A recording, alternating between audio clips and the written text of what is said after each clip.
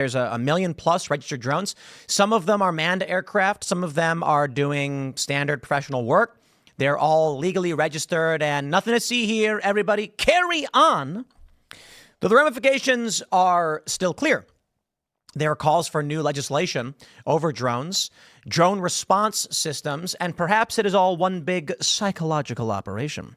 But the conspiracy theories abound, my friends. They say that there is nuclear material missing, perhaps a nuclear warhead.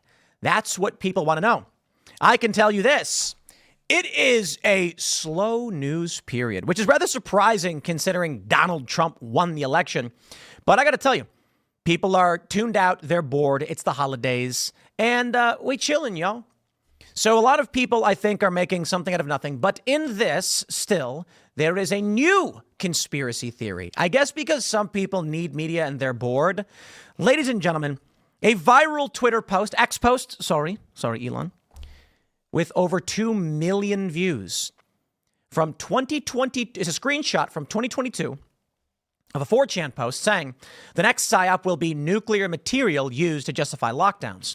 Now, the concern people have, I would describe it more so as PTSD or trauma, not just from COVID lockdowns, but from just, kind of everything the government has done in the past that people just don't trust.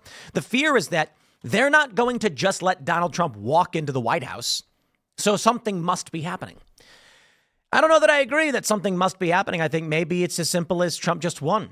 And the reason why people are coming up with these theories is because there is a void of news. I don't know if you guys have ever done sensory deprivation or heard about it, but I think Joe Rogan's talked about it quite a bit. He had the float tanks, they call them. You go in, you lay down, you close it, and you float in the salty water, and you feel nothing. You see nothing, you hear nothing, you smell nothing. And in this sensory deprivation, your mind creates images desperately trying to fill the void. And I think that's partly what we're seeing. The truth is, guys, we're a week away from Christmas. Who wants to be focused on this? We're engaging in our travel plans, our holiday plans. And as much as I am no fan, we're going to be taking 2 weeks off at the end of the year. No, don't get me wrong. I love Christmas. But Christmas is Wednesday. New Year's is Wednesday. There ain't no way we're going to get anything done. But we will be back after the break on January 6th, and things should be kicking off once again. We've got a lot of interesting developments. But I do think the theories are interesting, and I love talking about it, and I'm here to do the work for you when no one else is. So let's talk about it. I rightly do not care what the White House says on this one. John Kirby basically is like, look, we've done a bunch of analysis. Everything's fine. Go home. Nothing to see here. Yeah, I don't buy it. Because when the drone story came out, clearly there are drones flying, and the government acting like they don't know what they are is a lie. Even Trump came out in the press conference saying they know exactly what this is. They're just not telling you. Perhaps the psychological operation was to see, as some have suggested, what the public would do with the unknown. How will they respond? Will they panic? How will the economy be affected? I honestly don't know. In my personal opinion, I think there's probably some drone operations going on, government, military, and private sector. But a lot of this is mass hysteria, so it's hard to know for sure. One thing I can tell you is it is likely not. From mirror.co.uk, mystery New Jersey drones are hunting a nuclear bomb as veteran warns it's out there. Part of my insane, excitable mind is like, yeah, I wish. I literally don't. Let's not have a nuclear bomb go off. But it's like, yeah, sure. Like something like that would ever happen, right? I'm sorry, guys. Optimism bias, normalcy bias, whatever you want to call it. I think it is extremely and exceedingly unlikely that a nuclear warhead went missing from Ukraine and is now somewhere in New Jersey, and the government doesn't know how to find it, so they've deployed all of these drones. I watched a video of one of the drones once again, and it was clearly an airplane. Dude, these have FAA lights on them, red and green, and they're blinking properly and all that. You're just looking at a registered aircraft. Y'all can chill. But I do have this viral conspiracy theory I want to talk about. Let me give you a gist of what people are saying as it pertains to this nuclear weapon, because that's relevant context for the greater conspiracy theory about the next lockdown. The Mirror says a military veteran whose company supplies drone tech to the U.S. military has given a chilling explanation. John Ferguson, the founder of Saxon Unmanned, has claimed drones are part of a search for a rogue nuclear warhead believed to have been smuggled into the U.S. The only reason why you would ever fly an unmanned aircraft at night is if you're looking for something. I know we talked about it yesterday, but the context is important. But I just want to stress, like, no, that's not true. I flew drones at night to film things. Maybe you want to get a picture of a lake or a house. It's not that big a deal. Delving into the stories that back in the 1980s, Ronald Reagan had dismantled the nuclear program. There were countless nuclear missiles that were disarmed and disposed of. However, he raised concern about the missing armaments, adding, but there were over 80 nuclear warheads that were in Ukraine that came up missing, and we don't know where they are. Perhaps then they have been smuggled in. Now, this is a story from a few days ago pertaining to the drone stuff. New Jersey's largest utility firm begs feds to shut down airspace over a nuclear plant as mystery drones are spotted. The reason I'm re-highlighting this, I know we did talk about it in the past couple of days, is because of this viral tweet from, what is the username? Do it Q plus. There you go. 20,000 followers. Let's see. Here for Q, they say. Okay, well, look, right away, I'm going to say this is not real. I am going to go ahead and make the assertion, not real. But we'll break down this conspiracy theory and what people are saying. I still find it interesting. This has got 2.6 million views. I don't highlight this. I'm not simply pulling up a random post and trying to make a segment about it. I'm seeing a lot of people share this. It's got 6,300 retweets, 24,000 likes, and 2.6 million views. And the general idea is that the government is staging a false flag around nuclear energy in an effort to terrify people and force them to undergo more government restrictions, lockdowns, etc. And this is going viral. I am going to say outright, not necessarily debunking it, but providing some counterpoints as to why I don't believe this stuff. But how about I just read for you what they wrote? We have this post. It's from Paranormal on 4chan. It's been archived. It is from August 22nd, 2022. Picture of Jupiter. And it says, the next false flag. It says the next false flag will be centered on the premise of malicious interdiction of nuclear source materials. It will not involve a nuclear device or nuclear detonation, but rather a radiological threat. Nuclear source materials will be deliberately leaked to target areas to inflict severe injuries through radiation exposure. The real number of casualties as a result of these attacks will remain very low. The purpose is to create a new method of restricting freedom of movement and new policies that will enable the government to continue its expansion of power. The media will display images of attack survivors. Let's go back to the tweet in question, because it is a different image, strangely, but it's the same post. And this one's actually, you know what? This post is actually from May 23rd, so it predates that one. Let's just pull this one up. It says, they'll remain very low. The purpose is to create a new method of restricting freedoms, expansion of power.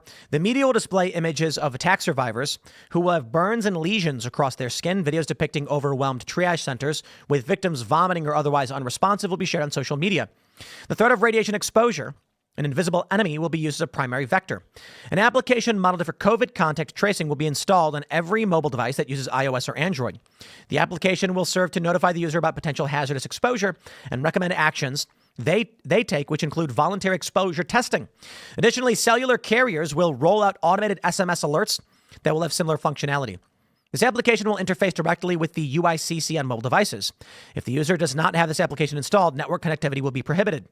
New policy will grant governmental agencies further access to metadata and geolocation data on every platform. Included in these policies will be a backdoor legislation that bans the use of end-to-end encryption. This legislation will be identical in nature to the recently introduced S3538 Earn It Act. These attacks will be localized to a specific region. Triage centers will be set up in the affected areas through the deployment of the National Guard and coordinating members such as FEMA. These triage centers will see moderate traffic. The narrative will continue longer than any possible threat. Despite offering no protection or even relevancy against a radiological threat, you will see another wave of people wearing cotton surgical masks in not just the target areas, but the entire U.S. There will be severe disruptions to the internet through the use of addition rather than negation. Alternative sources of information will become overwhelmed with content generated by convoluted neural networks that support the narrative or use a carefully crafted opposition. Platforms that are incompatible with this system will be suppressed entirely on the infrastructure level. There will be organic service disruptions as a result of excess traffic. Videos will surface showing these triage centers empty, with personnel staffing them idle. This will threaten the narrative. The control of information is required for the campaign to be successful. The perpetrator will not be the Islamic-affiliated group or evil incel domestic terrorists. It will have no relevancy to the ongoing Ukraine conflict, but the blame will fall on all of these groups. The fog of war will surround information relating to the origin, and this will be intentional. The real attacks will be psychological, Fear will be exploited, just like with manufactured response to the COVID-19 pandemic. It goes on to say, NNSA working with federal, state, and local partners to hold major radiological incident exercise in Austin, May 16th to the 20th. Well, there you go. That's the general theory that people are sharing far and wide. And I'm going to go ahead and say, yeah, not likely. Sorry, guys, not likely. First of all, the narrative that we're getting right now is likely, it's likely inverted. This was posted in 2022. People have known about these theories, and this is just a broken clock being seemingly, I don't want to say right, but when people are like, holy F, this was true. No. If someone writes, there's going to be an incident, and then later on, someone points to that incident and says, hey, look, here's an incident. And then someone looks at the past and goes, whoa, they predicted this. No, that's circular. The existing conspiracy theory today about the drones is likely influenced by posts like this. Not only that, but there are many posts like this that never see the light of day. So, of course, many people want to play that game because, guys, you know, life is substantially more boring than anyone realizes. Now, to be fair, fine. No one saw COVID coming. And it's been, let's just say, we have been spattered by historical, unprecedented events of the past year. And so, sure, I'm willing to suspend disbelief a little bit and say the probability of things like this happening are probably higher than we actually expect. I mean, nobody saw the COVID lockdowns coming. In fact, if you went 3 months before the lockdowns and explained what they would turn into, nobody would have believed you. If you said, guys, let's say it's October or November, and you said in a few months they're going to lock the whole country down, there's going to be a mass pandemic, they'd be like, no way. That would never happen. So unfortunately for us, you don't see it coming until it comes. And then by then, everyone wants to act like hindsight is 2020, but we could have never. I mean, you couldn't predict this stuff. You really can't. I do think, I got to say, my friends, I'm not a conspiracy person because I have seen beyond the veil. Not like between life or death. I mean, I've been on the ground in so many countries. I have personally witnessed so many historical moments throughout my life that, you know, the reality is they're largely mundane. When you get a news report, I guess I can put it this way. When you get a news report about like these drones and all this stuff or riots, it's all romanticized. You hear the stories. It's just fascinating to me because I talk about Occupy having, you know, obviously been down there, and I see these books getting written and they just omit everything. They romanticize it. They make it seem like this tremendous moment because they have to, because they're selling you a product. Tall tales, as it were. There's going to be some 17 or 18-year-old who was much too young at the time of Occupy to have been cognizant of those kind of politics. And they're going to read about it and go, whoa, like you were there? What was it like? And I'm going to tell them, guy, it was boring. Nothing was happening. Now, don't get me wrong. Like, it's certainly not nothing. It's not like there was a park full of people just walking around. Like, there were camps and there was politics. But it's really fascinating when you're on the ground at these moments and you realize just how normal everything really does seem. We expect so much more because of tall tales and because of movies. I know I could tell you all the stories of the places I've been to, but I'll just simplify it instead of getting into the specific. You know, it really is, let me put it this way. Witnessing a revolution right in front of your eyes, I would consider it to be interesting. And that's it. Watching these movies and being raised in these ways to see these stories, you think that the revolution is crazy, that it's organized and people are hurrah, and then they drag out the president and all. No, largely it was like, everybody was standing around being like, oh, the president left? Well, he just said he did. That's it. Man, don't get me wrong. Like in Egypt, APCs did roll across the bridges and they were shutting the city down. But I got to tell you guys, like I went to Heliopolis. I was at the shopping mall eating kebab. And they were like, yeah, there's a revolution currently underway. I remember being in, and I guess, you know, I guess the grass is always greener or everything's romanticized. But my point is, when we look at these stories like this with the drones, when you look at what's going on with these conspiracy theories, people want to believe there's an international cabal of extreme authority and power, and these things are all planned, and there's a nefarious plot, and it's like Mission Impossible where a guy in his suit lights a cigar and he says, well, you don't inhale, I say, we puff it and blow it out. And he says, we're going to take over the world. deploy X-39 drones. And then it goes, none of that happens. Not in my experience. I've been in the meetings with these media companies. They're boring. People are stupid. And more often than not, things are accidents. I think the government certainly knows more than they let on. But I think it's important to understand that the dude working intelligence at the CIA or the NSA or the FBI is no different than your buddy talking about plumbing. Like, so you're sitting around with your buddies talking work, right? Imagine that. And you know that sometimes they say things that are stupid or wrong and you guys disagree. It's no different. It's the same people working intelligence. There's no grand conspiracies. There's just milquetoast conspiracies. I mean, are there powerful, wealthy people hiding behind the scenes who are enacting secret plots? Yeah, kind of, but it's not like that. It's lame, actually. I'll tell you this. I went to Davos in, what year would this have been? It must have been 2017. And I filmed 3 videos. And then I left because it was boring. I had been invited by some friends to come to the outskirts. It's the World Economic Forum. I didn't actually get into the main event. But outside in Davos, Switzerland, I think it's Switzerland, right? There's a bunch of secondary events and people are hanging out. I went to a bunch of parties and I met the children of politicians and high-ranking government officials who were hanging out and drinking. And cryptocurrency was a big topic of conversation. And they had no idea what they were talking about. And nothing really got done. And ultimately, I see like one guy says and the other guy like, oh, yeah, give me a call and maybe we'll do something. And next thing you know, there's a company being formed and there was no real substance behind it. It's all rather mundane. I will say this. The videos I filmed there are gone. They just disappeared off my channel and I don't know why. 3 videos from Davos because I was doing daily vlogs. Gone. I didn't delete them. Whatever, I guess. They're just gone. And so there are things like that that exist. And there was the impeachment of Donald Trump. There are bad people doing bad things. I just don't think it's as grandiose. In this regard, I'd be much, much more willing to bet the government is completely incompetent than there's a secret psyop. And, they're trying to control the world with this big campaign. I think COVID, there's a lot of people who believe that COVID lockdowns and all of that was part of a nefarious plot. That Fauci had manufactured this virus intentionally to shut the world down, all to stop Trump. I don't think so. I don't. I think what likely happened is that Fauci was funding gain of research for some time. There was a breach from the lab. They panicked and didn't want responsibility, and is what you get. There was political exploitation, but it's all largely on the surface.